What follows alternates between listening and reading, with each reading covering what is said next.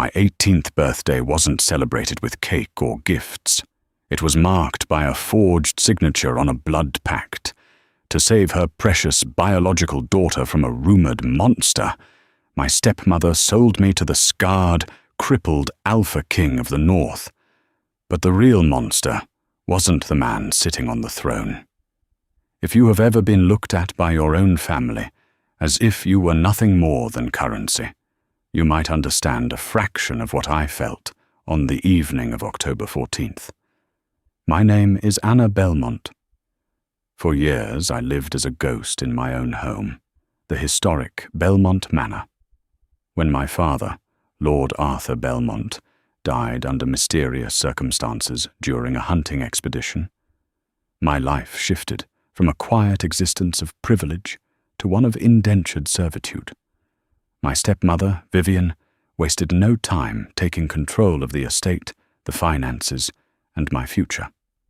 Her biological daughter, Arabella, was the golden child, pampered, sheltered, and groomed for high society. I, on the other hand, was the unfortunate reminder of my father's first marriage. We lived on the borderlands of the human territories, a dangerous stretch of earth that bumped right against the ancient woods of the Lichen territories. For centuries, a fragile truce had existed between our kind and the werewolves, held together by ancient treaties and occasionally blood debts. The Belmont family owed the largest debt of all. Decades ago, my grandfather had been spared by the Winterbourne Pack during a border dispute, and the cost of his life was written into a binding magical contract. A Belmont daughter would one day be given as a mate to the Alpha of the Winterbourne line when called upon. For years we thought the debt was forgotten. Then came the decree. The current Alpha King, Seth Sterling, had called in the debt. He was a legend of nightmares. During the Great Wolf War 5 years prior, Seth had single-handedly held the northern pass against a horde of rogue vampires and feral lichens. He won, but at a devastating cost. The rumors that reached our manor painted a grim picture. They said his body was shredded beyond the healing capabilities of his wolf, leaving him permanently crippled, heavily scarred, and confined to the dark halls of his stone fortress. Worse, they said the pain and isolation had driven him mad, turning him into a volatile, bloodthirsty tyrant who tore through his own servants in fits of rage. The decree was clear. The eldest Belmont daughter was to be delivered to his castle on the eve of her 18th birthday, to become his queen. Arabella was exactly 18 and a half. I was only 17. I remember the night the royal envoy arrived with the parchment. I was polishing the silver in the dining hall when Vivian burst in, her face pale as a sheet, clutching Arabella tightly to her chest. Arabella was sobbing hysterically, screaming that she would rather swallow poison than be tied to a mangled dog. Vivian's eyes met mine across the room, and in that split second, I saw my fate sealed. "Anna," Vivian said, her voice dripping with a sickly sweet venom I had come to fear. "Your 18th birthday is only 3 weeks away. Close enough to satisfy the contract." "The contract specifies the eldest daughter, Vivian," I replied, my voice trembling. "The magic will know. The pack will know." "Only if they know Arabella exists," Vivian snapped, stepping towards me. "Your father was notoriously private. To the records of the Human Council, he had 2 daughters. Who is to say which is the eldest? You look older. You act older. And frankly, Anna, you have nothing keeping you here. Arabella is practically engaged to Lord Harrington. You will do this for our family. You owe us for the roof over your head." I tried to fight. I tried to run. But Vivian was resourceful. She hired a local warlock to alter the birth registries at the provincial archives, erasing Arabella's true age and inflating mine. I was locked in the attic, fed only enough to keep me standing, while seamstresses were brought in to tailor a heavy, suffocating wedding gown of midnight blue velvet, the traditional color of the winter-born pack. On the morning of my 18th birthday, I wasn't greeted with well wishes. I was dragged down the stairs by 2 burly mercenaries Vivian had hired. I was shoved into a reinforced carriage, the heavy iron locks clicking shut from the outside. Vivian stood on the porch, wrapped in an expensive fur coat bought with my father's money, while Arabella peeked out from behind the velvet curtains of the parlor window. "Do try to survive the mating ceremony, Anna," Vivian sneered through the iron bars of the carriage window. "If you displease him and he kills you, he might come looking for Arabella. Be a good girl and keep the beast entertained." The carriage jolted forward. I sat in the freezing darkness as we crossed the border into the lichen territories. The journey took 3 agonizing days. The temperature dropped drastically, the lush autumn foliage of the human lands giving way to jagged, snow-capped peaks and towering pine forests that blocked out the sun. I huddled in my velvet dress, terrified of the monster waiting for me at the end of the road. I was fully convinced that I was being sent to a slaughterhouse. The Winterborn fortress was carved directly into the side of a massive, frozen mountain. As the carriage rumbled into the courtyard, the sheer scale of the place made my breath hitch. Gargoyles carved in the shape of snarling wolves stared down from the parapets. The air was thick with the scent of pine, wood smoke, and an underlying, heavy musk that made the primal, human part of my brain ring with alarm. The carriage doors were hauled open by a massive man with golden eyes and a jagged scar across his jaw. He didn't speak, just offered a massive, calloused hand to help me down. The courtyard was filled with members of the pack. They didn't cheer or celebrate their new queen. Instead, they stared at me in absolute, unnerving silence. Their eyes glowed faintly in the dim evening light, gold, amber, and piercing blue. I was escorted up a seemingly endless flight of stone stairs into the great hall. The room was drafty, lit only by massive roaring fireplaces at either end. And there, sitting at the head of a long, heavy oak table, was King Seth Sterling. My heart hammered against my ribs like a trapped bird. The rumors had not exaggerated his injuries, but they had fundamentally misunderstood the man. Seth was not a raving, mindless beast. He was terrifyingly quiet. He wore a dark tunic, unbuttoned at the collar, revealing thick, raised silvery scars that crept up his neck and disappeared into his dark, unkempt hair. His right leg was braced with heavy iron and leather straps, resting stiffly on a fur-covered stool. A heavy, silver-tipped cane leaned against his chair, but it was his face that caught me off guard. He was strikingly handsome beneath the harsh lines of pain etched around his mouth. His eyes were a startling, icy grey, and they locked onto me the moment I crossed the threshold. The sheer weight of his alpha aura slammed into me. It felt like the gravity in the room had doubled.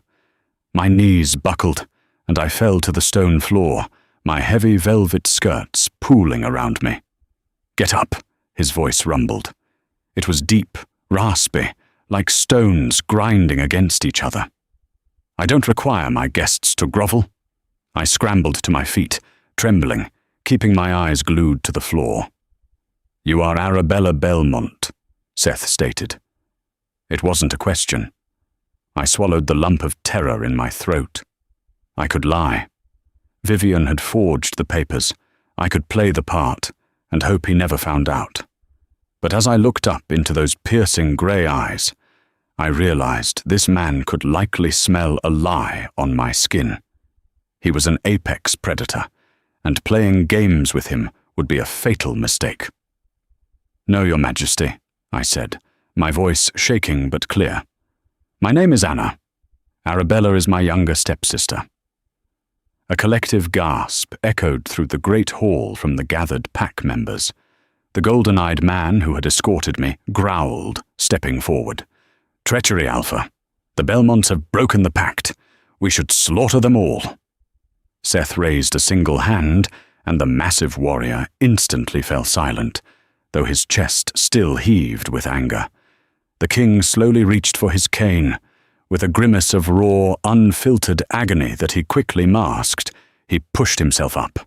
He towered over me, even leaning heavily on the silver cane. He dragged his braced leg forward, stepping down from the dais until he was mere inches from me. The scent of him, frost, leather, and blood, enveloped me.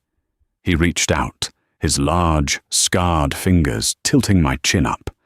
His touch was surprisingly warm, almost gentle, contrasting the lethal intensity in his eyes. "Why did they send you, Anna?" he asked quietly. "Because my stepmother believes you are a monster," I answered honestly, the words tumbling out before I could stop them. "And she wanted to spare her true daughter from your wrath. I was expendable."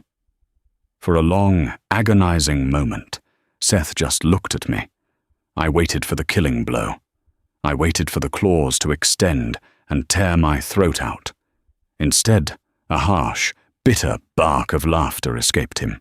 "Expendable," he echoed softly, dropping his hand. He turned his back on me, heavily limping back to his chair.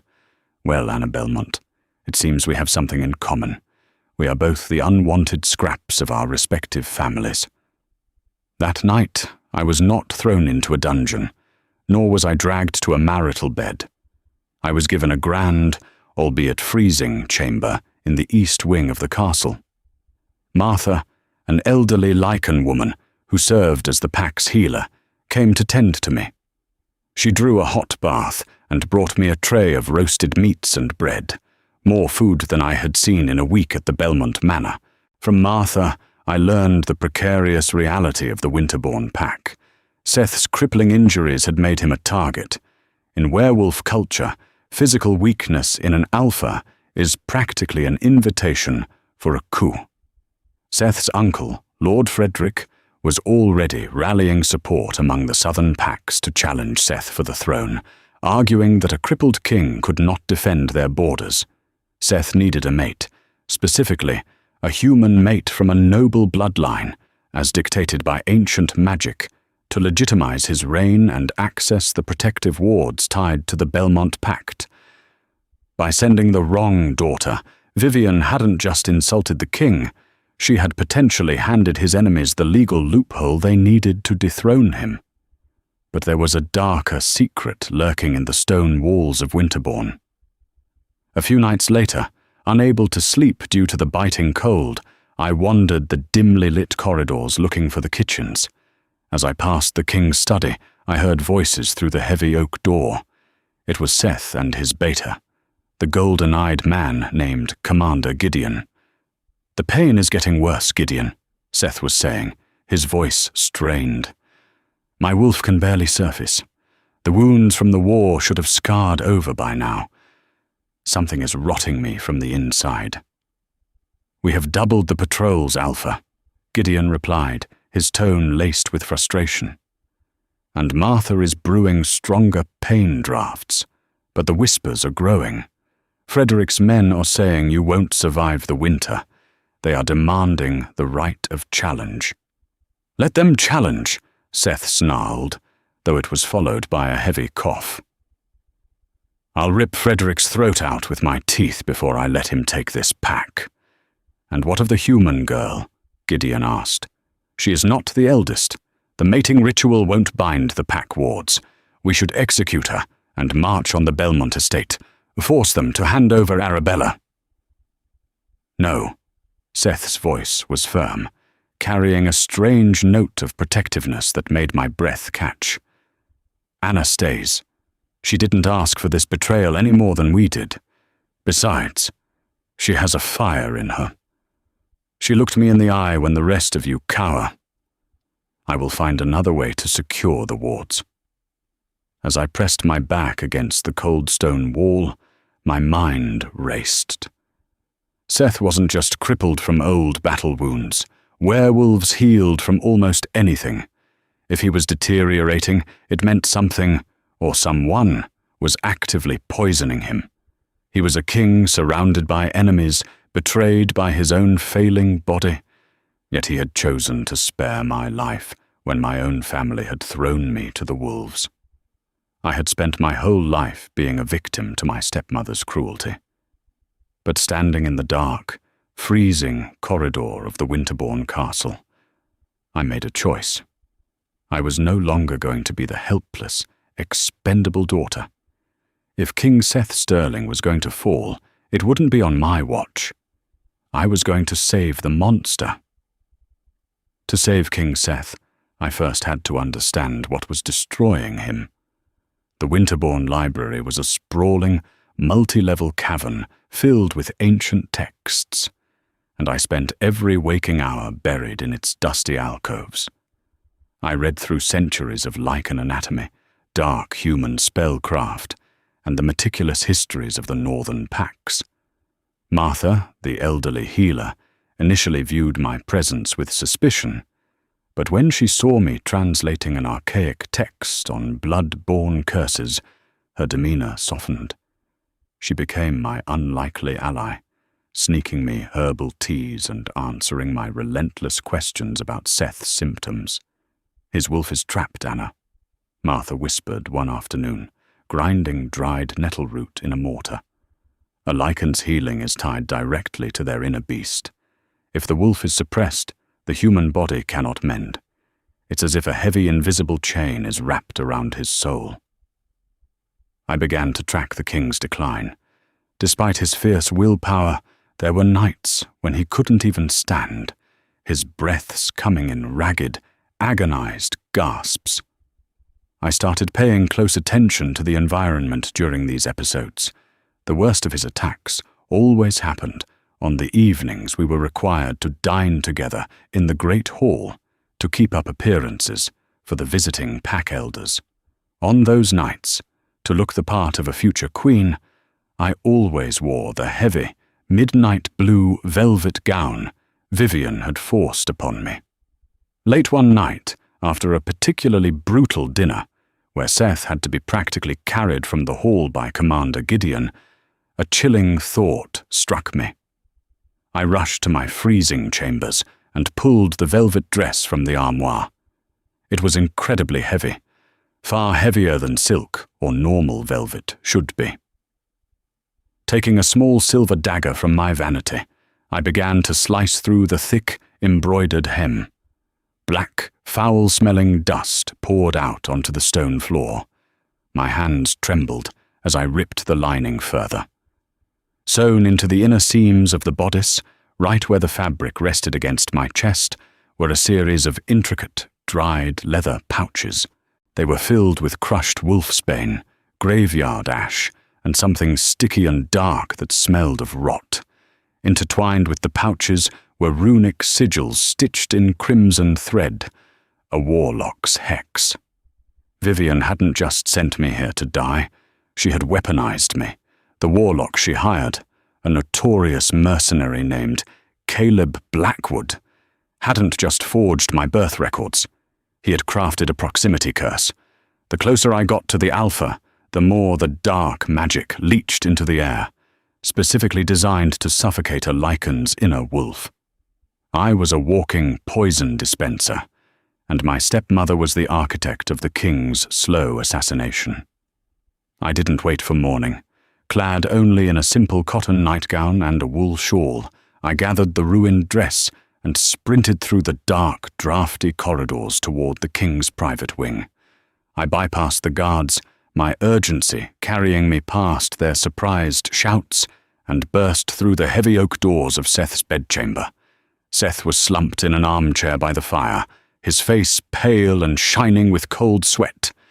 Gideon had his sword drawn in a fraction of a second, the blade pointed directly at my throat. "Lower the sword, Gideon," Seth commanded, his voice a raw rasp, but his grey eyes were sharp as they locked onto me. "What is the meaning of this, Anna?" I threw the sliced velvet dress onto the rug between us.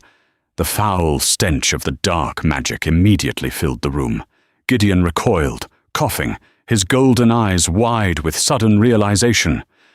"My stepmother didn't just trick you with the wrong daughter," I said, my voice shaking with a mixture of rage and relief. "She sent an assassin. The dress is lined with hex bags and wolfsbane. It's a proximity curse, Seth. It's suppressing your wolf. It's the reason your wounds won't heal." Seth stared at the ruined garment, then slowly looked up at me. The betrayal he must have expected from my bloodline was entirely absent in my eyes. I had torn apart my only piece of royal finery to save him. The heavy, oppressive tension in the room snapped. "Burn it," Seth growled to Gideon. "Burn it now, and scrub the floors with holy ash." As Gideon dragged the cursed fabric to the roaring fireplace, Seth held out his hand to me. I crossed the room and took it. His grip was weak, but his thumb brushed gently across my knuckles. "You could have kept this a secret," he murmured, the icy grey of his eyes softening into something that made my heart race. "With me dead, you could have escaped." "I am a Belmont," I replied fiercely. "We honor our debts, and I would rather stand with a crippled king than run back to a treacherous family." Without the suffocating presence of the cursed gown, the change in Seth was miraculous. Within 48 hours, the ashen pallor left his skin. By the end of the week, the agonizing cough had vanished. His inner wolf, freed from the dark magic, surged forward with a vengeance, rapidly knitting together bone and tissue that had been damaged for years. I spent every evening in his study, no longer separated by the length of a formal dining table. We talked for hours, about my father's quiet kindness, about the heavy burden of the crown, and about the sheer, terrifying isolation we had both endured. I watched the ruthless, terrifying Alpha King soften into a man of profound intellect and surprising gentleness. 2 weeks later, I walked into the library to find Seth, standing by the window. The heavy iron brace that had confined his right leg was discarded on the floor. He turned to face me, standing tall and perfectly straight, leaning no weight on his silver cane.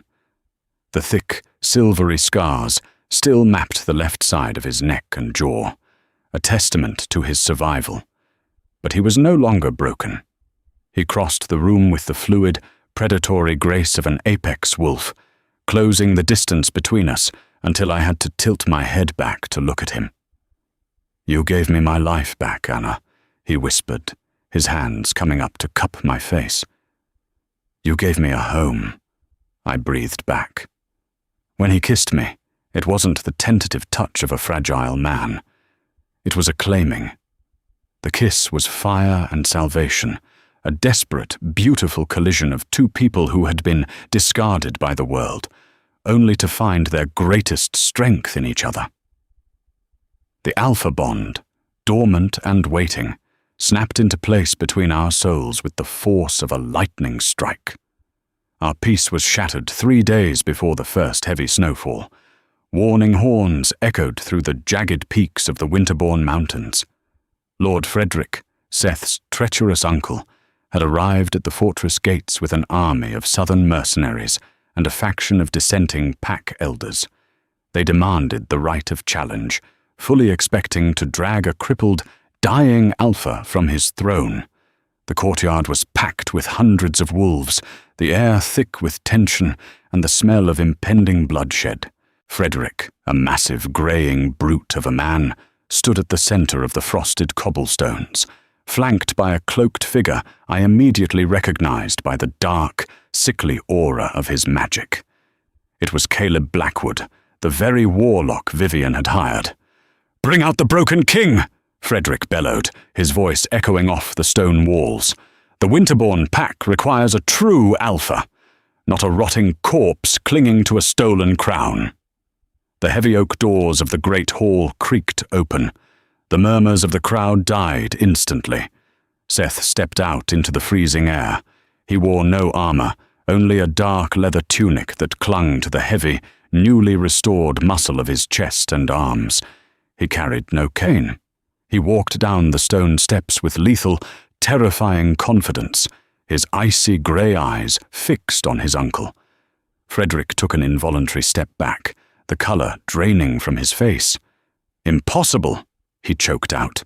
"You challenge my right to rule, uncle?" Seth's voice boomed, projecting an alpha aura so dominant that several wolves in the front row immediately dropped to their knees, exposing their throats in submission. "Then step forward and bleed for it." Frederick, trapped by his own pride and the ancient laws, shifted into a massive grey timber wolf and lunged. The fight was brutally short. Seth didn't even fully shift. He met the charging beast head-on, his eyes flashing brilliant, glowing gold. With a devastating display of raw power, Seth sidestepped the snapping jaws, grabbed Frederick by the scruff of his neck, and slammed the massive wolf into the cobblestones. The stone cracked underneath them. Seth pressed his boot down on Frederick's throat, claws extending from his fingertips, ready to deliver the killing blow.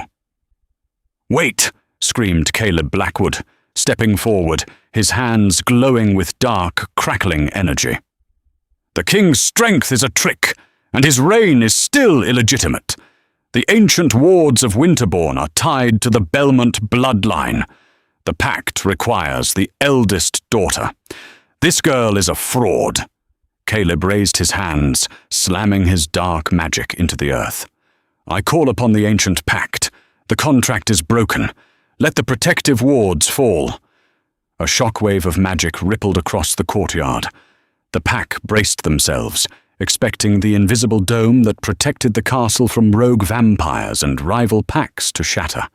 Instead, the ground beneath my feet began to glow. A brilliant, blinding column of silver light erupted from the earth, enveloping me entirely. The ancient magic of the Winterbourne territory didn't reject me. It welcomed me, singing in my blood, recognizing me as its anchor. The wards didn't fall. They flared brighter and stronger than they had in a century, throwing Caleb Blackwood backward through the air, his dark magic neutralized in an instant. Silence fell over the courtyard.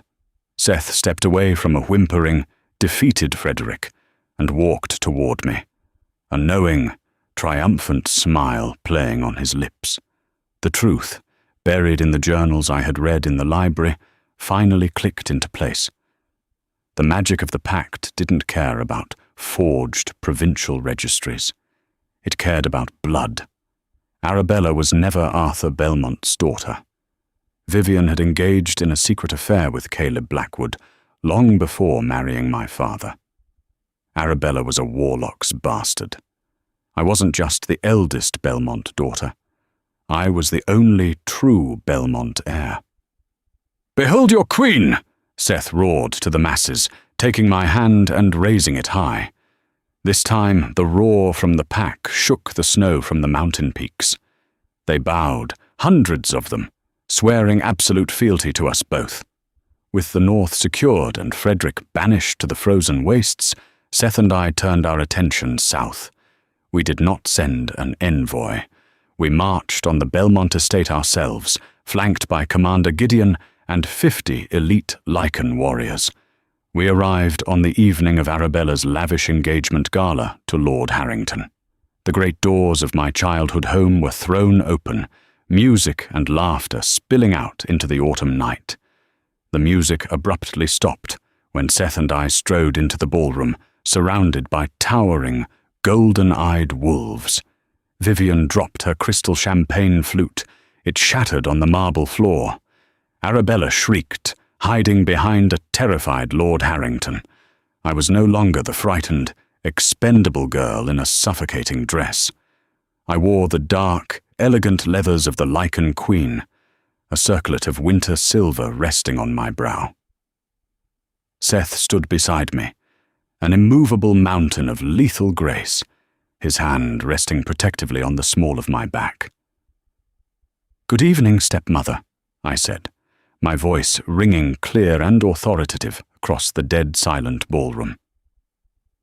"Anna?" Vivian gasped, her face perfectly bloodless as she stared at the healed, imposing Alpha King she thought she had murdered. But how? "Did you really think your warlock's parlor tricks could kill a king?" I asked, stepping forward.